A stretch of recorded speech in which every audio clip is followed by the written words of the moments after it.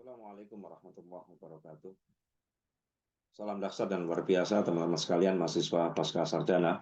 Mudah-mudahan kalian semua tetap sehat, semangat, dan terus menginspirasi dan berkarya yang membuat tanda di alam semesta. Apa yang dimaksud dengan membuat tanda di alam semesta? Buatlah prestasi apapun, karya apapun yang menjadikan Allah itu ridho, layak mencintai dan menolong kita, buat Allah dan Rasulnya bangga terhadap diri kita. Itulah tanda di alam semesta. Yang kedua, membuat orang tua kita bangga punya anak seperti kita. Dan yang ketiga adalah bermanfaat bagi sesama. Malam hari ini saya akan berbagi tentang potensi manusia. Allah menciptakan kita tidak main-main, maka jangan main-main dalam hidup ini. Sekali lagi, Allah menciptakan kita tidak main-main, maka jangan main-main dalam hidup ini. Nah, banyak di antara kita ingin tahu bagaimana sih membangun kepribadian manusia itu. Nah, untuk memperoleh teori kepribadian manusia yang sahih, maka kita harus kembalikan kepada fakta manusia itu sendiri. Maka di dalam melihat fakta manusia, maka kita harus dapat membedakan mana potensi manusia yang dapat dimanfaatkan saja dan mana yang dapat dikembangkan lebih lanjut. Sehingga kemudian terdapat wujud menjadikan terwujudnya sosok manusia yang memiliki kepribadian yang khas. Sekali lagi, di dalam melihat fakta manusia, maka kita harus dapat membedakan mana potensi manusia yang dapat dimanfaatkan saja dan mana yang dapat dikembangkan lebih lanjut. Maka kalau kita melihat potensi manusia, misalnya secara fisik saja, manusia itu memiliki jantung. Dan jantung kita ini bisa berdetak 100.000 kali dalam sehari secara otomatis. Subhanallah. Maka manusia tidak hanya dikasih kecerdasan akal, ya, tetapi ternyata manusia punya kecerdasan fisik. Kita lihat jantung kita saja. Itu bisa berdetak 100 kali dalam sehari secara otomatis. Dan jantung itu memompa darah 1.500 galon setiap harinya. Kalau 1 galon itu lebih 19 liter, maka berarti kemampuan jantung memompa darah itu luar biasa. Dan itu melalui pembuluh darah. Dan kalau pembuluh darah manusia itu kemudian dirunut, ditarik, itu panjangnya sama dengan 2 kali keliling bumi. Maka saya seringkali mengatakan di dalam diri kita, di dalam fisik kita ini ternyata ada raksasa yang luar biasa. Yang ketiga, manusia juga memiliki mata yang dapat mendeteksi lebih dari 10 juta warna secara cepat. Kalau ada kamera yang bisa dibuat oleh manusia, kamera yang tercanggih yang dibuat oleh manusia, ternyata kita lupa bahwa Allah memberikan mata pada diri kita. Dan mata itu lebih canggih dari kamera buatan manusia. Kenapa? Karena dia bisa mendeteksi lebih dari 10 juta warna secara cepat. Manusia juga memiliki otot yang apabila bekerja secara bersama, maka dia dapat menarik kekuatan secara setara dengan 25 ton. Jadi seandainya otot itu digunakan bekerja secara bersama-sama, maka itu bisa memiliki kemampuan untuk menarik kekuatan setara dengan 25 ton. Ya. Kita lihat potensi manusia di dalam data. Misalnya otak. Otak kita ini ternyata mampu mengingat 100 miliar bit informasi. Jadi kalau dikatakan 100 miliar bit informasi, itu sama dengan 500 ensiklopedia. Otak kita memiliki kecepatan berpikir, itu 300 mil per jam. Lebih cepat dari kereta yang tercepat di dunia. Dan rata-rata jumlah pikiran manusia dalam 24 jam adalah 4.000. Ini potensi. Artinya potensi di dalam data. Artinya manusia ini dikasih kemampuan yang luar biasa oleh Allah. Hanya apakah kemudian diambil, kemudian dipakai, potensi ini digunakan? Itu telinga, itu otak ya. Belum telinga. Telinga kita ini, setiap telinga manusia, itu mengandung 24.000 serabut yang mampu mendeteksi getaran molekul udara. Kita punya mata, dan setiap mata manusia ini mengandung 130 juta penerima cahaya. Subhanallah. Hidung. Ini saya baru menyampaikan potensi manusia yang ada dalam tubuh kita. Hidung. Sistem penciuman manusia ini Ini dapat mengenali bau kimiawi satu benda dalam 1/triliun bagian udara. Anda bisa bayangkan kalau Allah tidak kasih karunia ini, mungkin kita mudah gampang keracunan saja. Jadi kita bisa mengenali bau kimiawi satu benda dalam 1/triliun bagian udara. Kemudian mulut kita ini adalah laboratorium kimia yang tercanggih, yang pernah dikenal di planet ini. Yang dia bisa membedakan miliatan rasa yang berbeda. Dan itu bisa dibedakan ada dalam mulut kita yang saya istilahkan laboratorium kimia tercanggih yang pernah dikenal di planet ini.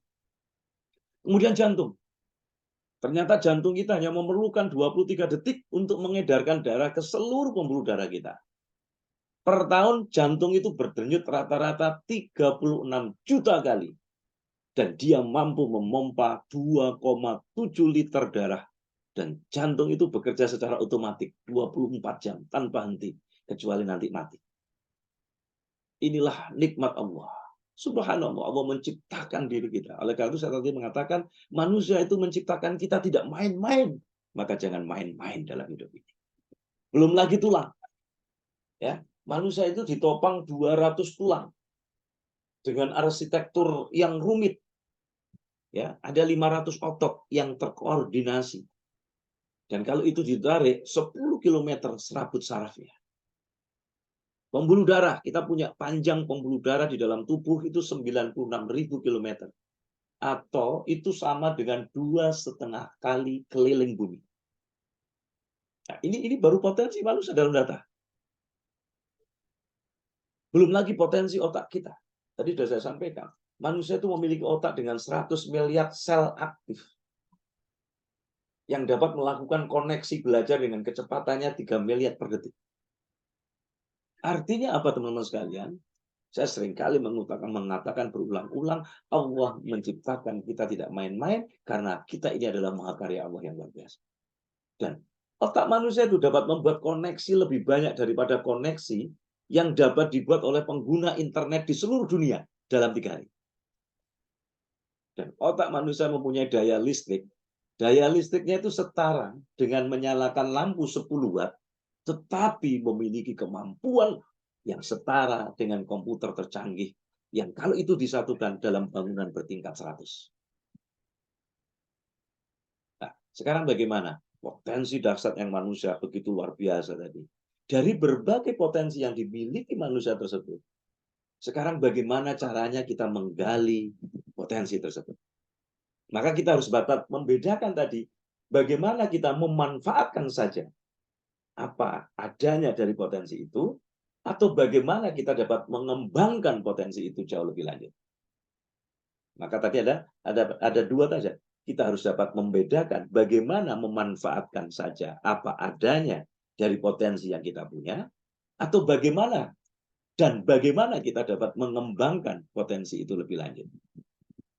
Jadi kalau kita gambarkan tadi, menggali potensi, misalnya pada otak manusia, apakah hanya untuk diasah saja? Apakah hanya untuk dipertajam saja? Diperkuat saja? Atau dimaksimalkan saja? Sesuai dengan potensi mesin kecerdasannya. Yang pernah saya sampaikan di kelas.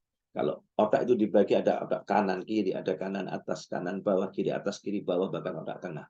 Apakah hanya untuk diasah saja? Apakah hanya untuk dipertajam saja? Apakah hanya untuk diperkuat saja? Atau dimaksimalkan saja? Karena tadi lihat potensi dahsyat manusia begitu luar biasa. Ataukah kita akan memformat ulang? Mendesain ulang tadi. Atau memformulasikan ulang. Sesuai dengan keinginan kita. Karena tadi potensinya dikasih oleh Allah begitu luar biasa. Apa kita hanya memaksimalkan saja apa adanya yang dikasih oleh Allah tadi itu, diperkuat saja, dipertajam saja, diasah saja, atau otak manusia tadi kan punya potensi yang luar biasa. Kita akan memformat ulang, mendesain ulang, memformulasikan ulang sesuai dengan keinginan kita. Jadi kalau saya ibaratkan software komputer, ada penggunaan software komputer itu ada yang hanya tinggal dipakai saja, diasah saja, dipertajam saja, diperkuat, atau dimaksimalkan saja.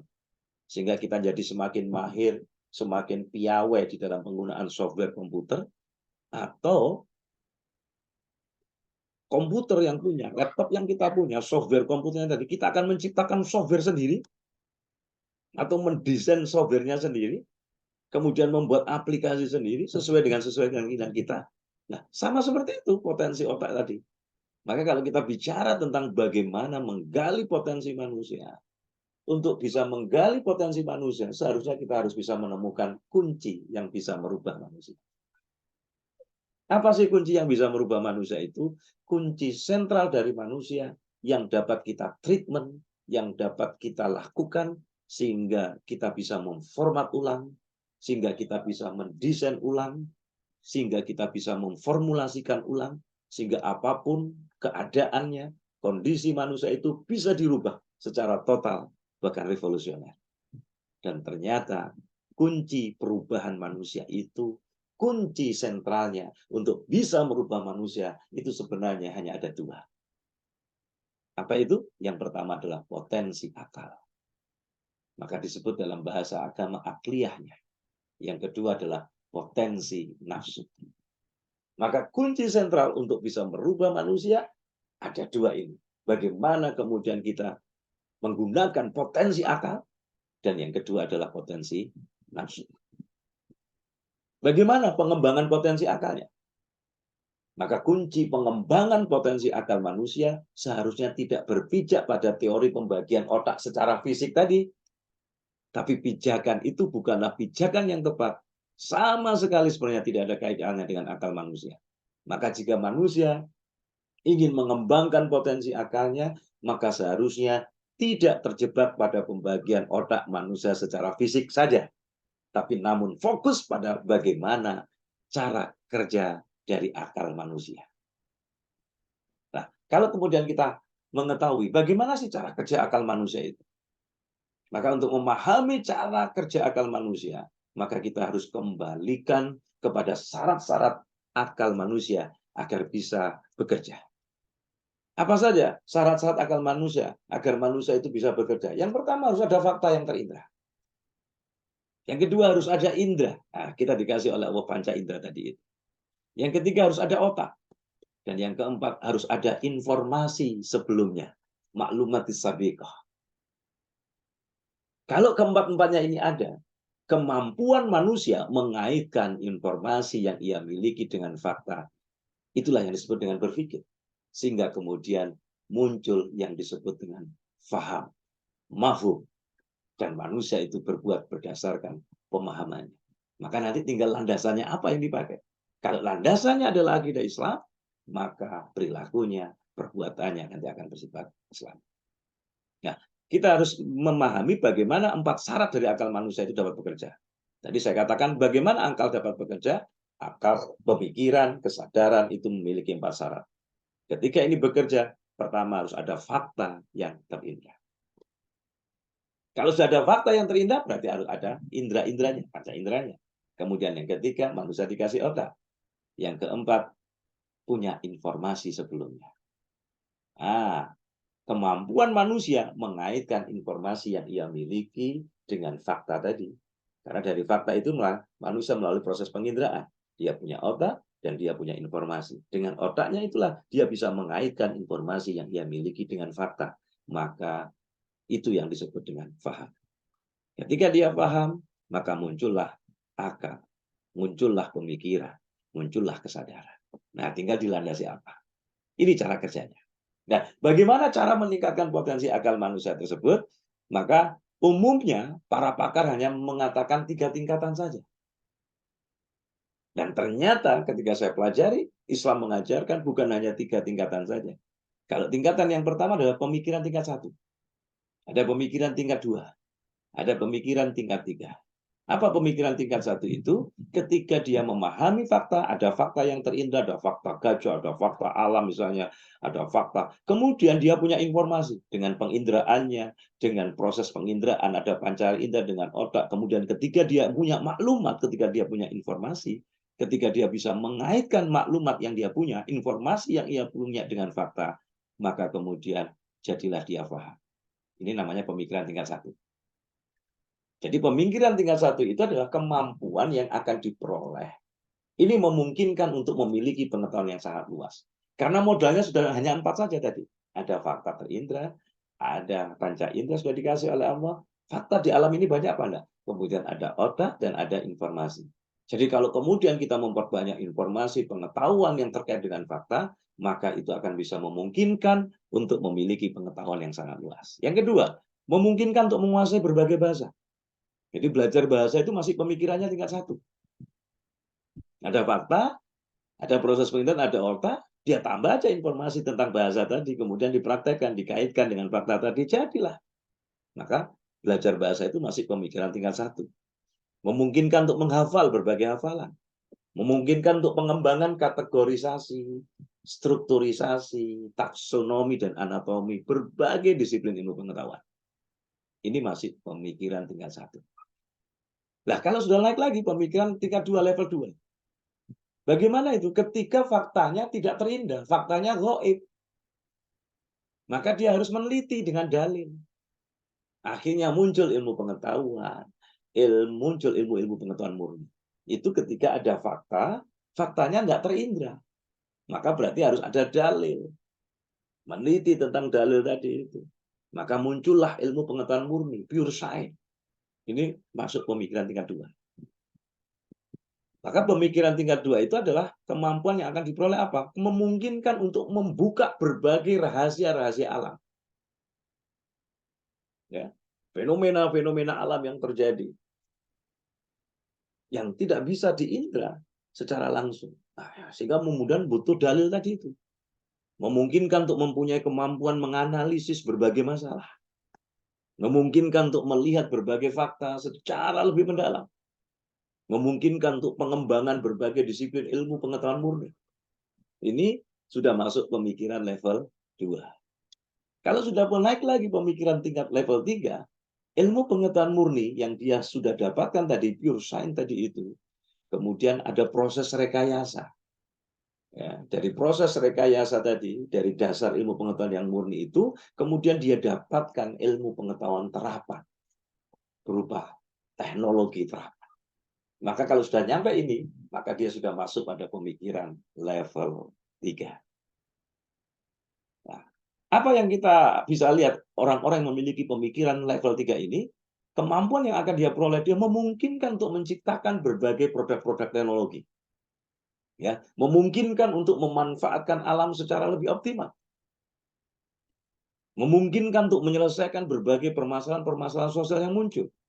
Memungkinkan untuk pengembangan berbagai disiplin ilmu pengetahuan terapan. Nah, pertanyaannya, apakah itu prestasi puncak dari akal manusia? Hanya sampai level 3 dan ternyata tidak. Prestasi puncak dari manusia itu bisa sampai berpikir level 4. Apa berpikir level 4 itu? Sampai kemudian berpikir level 5, bahkan berpikir level 6. Dari 3 tingkatan pemikiran manusia tersebut, apakah sudah merupakan prestasi puncak dari akal manusia? Ternyata jawabannya adalah belum. Maka 3 tingkatan pemikiran manusia tadi yang saya sebutkan, berpikir tingkat 1, level 1, berpikir level 2, berpikir level 3, itu belum puncak prestasi dari akal manusia. Bahkan dengan pemikiran 3 tingkat tersebut, manusia masih belum bisa dapat dikatakan memiliki kepribadian yang sahih. Bagaimana manusia agar bisa memiliki kepribadian yang sahih? Ya, jawabannya ada bagaimana manusia mampu menaikkan pola pikirnya. Tidak hanya di tingkat 3, tetapi pada level 4, level 5, level 6. Termasuk bagaimana dia membangun nafsianya, pola sikapnya tadi, pola nafsunya tadi. Tidak hanya sampai level 1, 2, 3, tetapi harus level 4, level 5, dan level 6. Bagaimana selanjutnya? Jangan kemana-mana, tetap bersama kami.